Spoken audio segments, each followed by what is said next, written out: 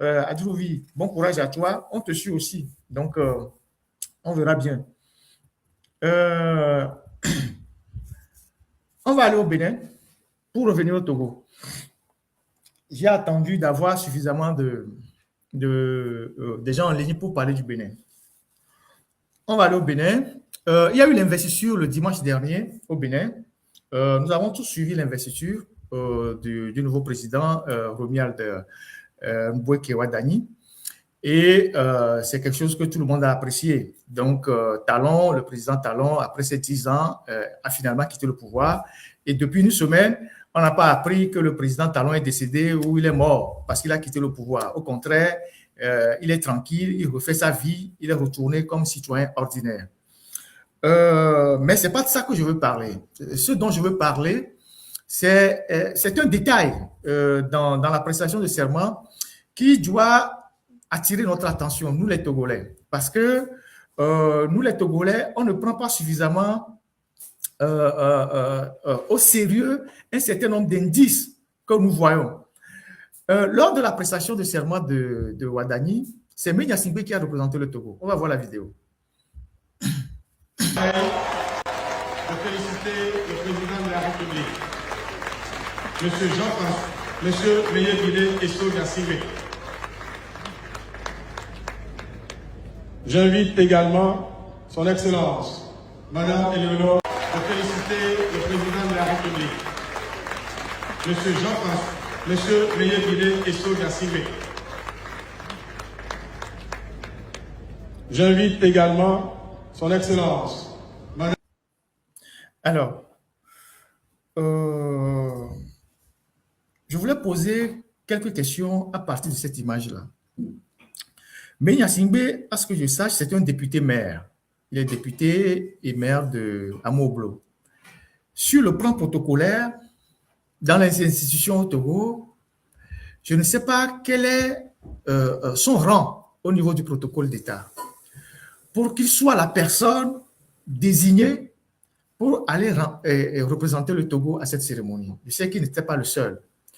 Le Togo a un ministre des Affaires étrangères, le Togo a un ministre de la coopération, le Togo a un président de l'Assemblée nationale, le Togo a un président du Sénat, le Togo a je ne sais quoi.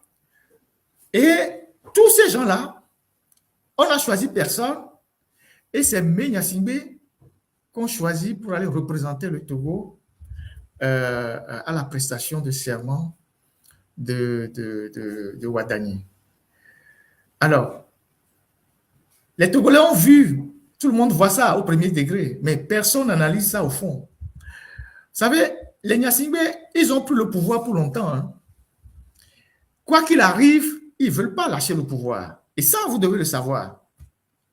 Ceux qui les combattent avec beaucoup de compromission, d'insolence, de complaisance, sachez que eux, leur projet, c'est à long terme. Nous sommes déjà à la 3e génération des Nyasingbe. Le père, le fils, le petit-fils qui sont dans les mairies. Et donc, ne pensez pas que eux, ils sont prêts à lâcher le pouvoir. Quand Faure a dit, maladroitement, en 2005, que mon papa m'a dit de ne jamais lâcher le pouvoir, il ne l'a pas dit en l'air. C'est un projet qu'ils ont sur le long terme.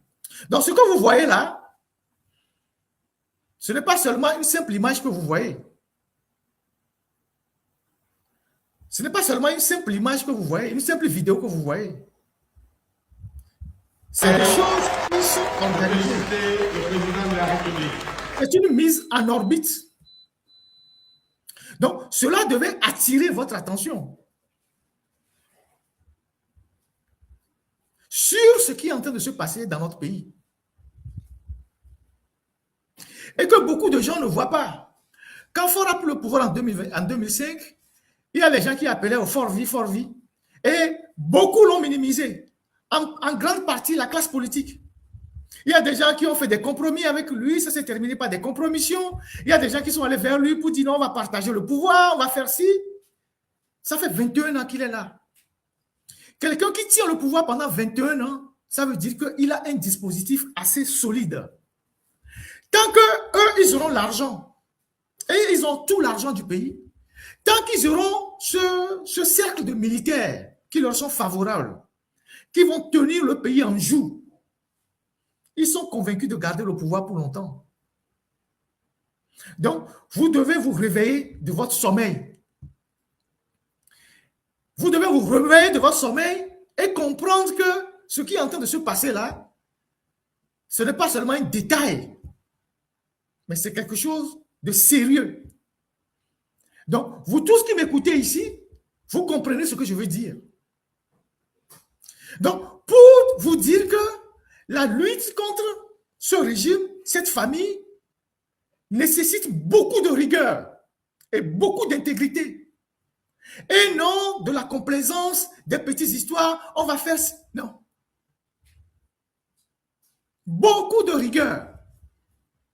Sinon, vous serez surpris demain, un matin, que des militaires ressortent encore avec le garde à vous à une troisième personne de la famille et à une deuxième personne, et c'est reparti encore pour des années.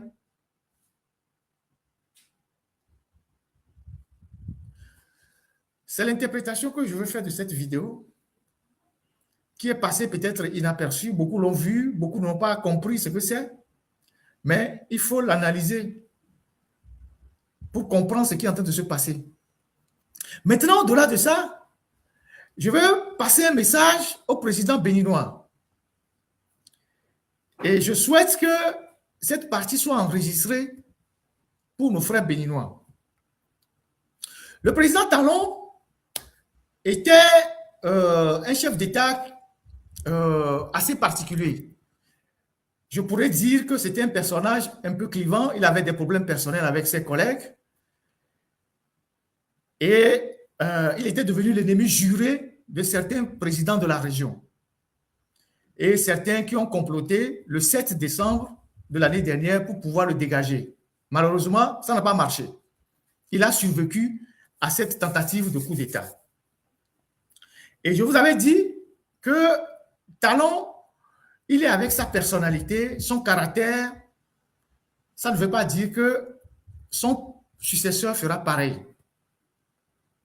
Et son successeur a annoncé les couleurs en voulant se réconcilier, ne serait-ce que, bon, en mettant de l'eau dans son vin pour qu'il y ait un dégel des relations avec les voisins. On a vu comment ça se passe depuis qu'il est arrivé. Et depuis qu'il est arrivé, le téléphone sonne très bien entre Lomé et Cotonou. Il y a eu un article de Jeune Afrique qui nous a renseigné que Fort apprécie énormément Wadani, que le courant passe entre eux, qu'ils s'entendent très bien. Et je peux l'attester que depuis une semaine, le téléphone passe très bien entre les deux chefs d'État. Au point que celui de Lomé est devenu beaucoup plus calme et content. Et c'est normal que quand les deux pays voisins, qu'il y ait des relations de bon voisinage, qu'il n'y ait pas des soucis, tout ça. Mais le président Wadani, si vous m'écoutez, il faut faire très, très attention aux voisins de l'Ouest. Il faut faire extrêmement attention.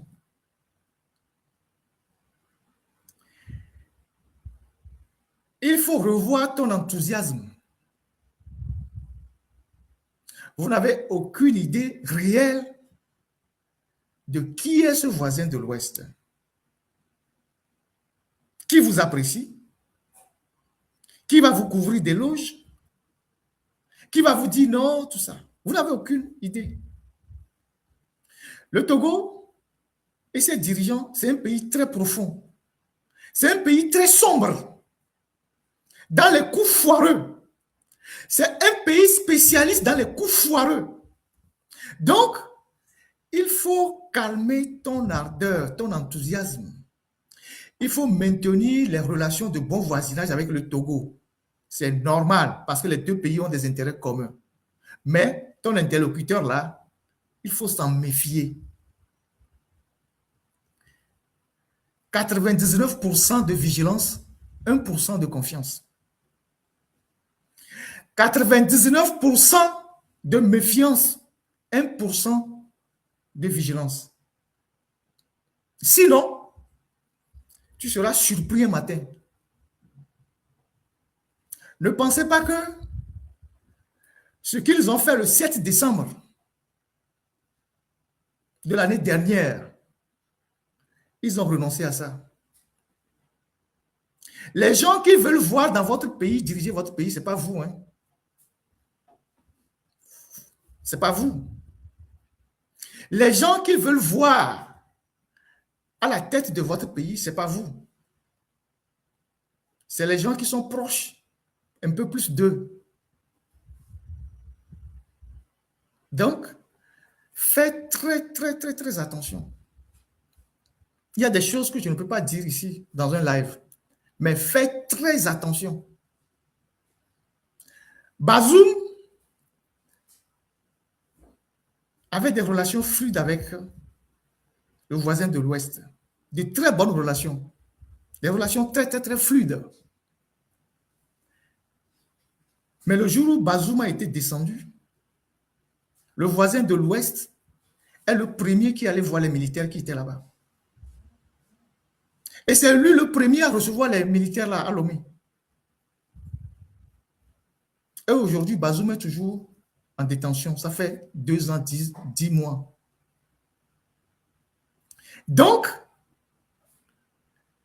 ce que je dis là, vous pouvez le prendre comme vous voulez. Mais ne dites pas qu'on ne vous a pas averti.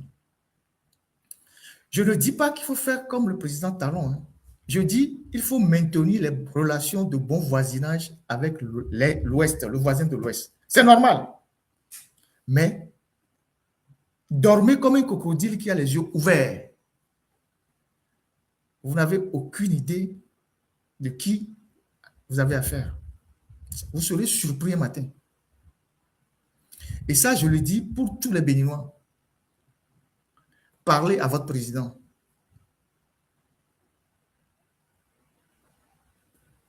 Parlez à votre président. Il y a des choses que je ne peux pas dire ici dans le live.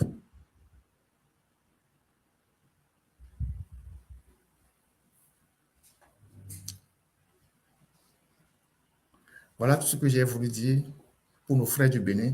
Gardez cette vidéo. Si jamais un jour il se passe quelque chose, vous ressortez la vidéo pour que les gens sachent que je vous avais mis en garde. Et ne baissez pas la garde.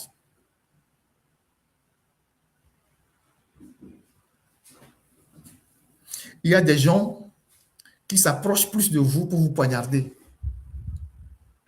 Il y a des gens qui s'approchent plus de vous pour vous neutraliser. Parce qu'ils ont un plan B. Gardez ça toujours à l'œil, à l'esprit. Donc, voilà ce que j'ai à dire. Les activistes togolais qui vont de temps en temps au Bénin, ou les hommes politiques, si vous savez que vous êtes quelqu'un qui est en danger, observez un peu. Observez un peu d'abord. Observez un peu. Pendant quelques mois. Il faut observer. Pour ne pas être surpris. Parce que la politique, c'est autre chose. Hein. Les relations entre les États, c'est autre chose. Observez un peu.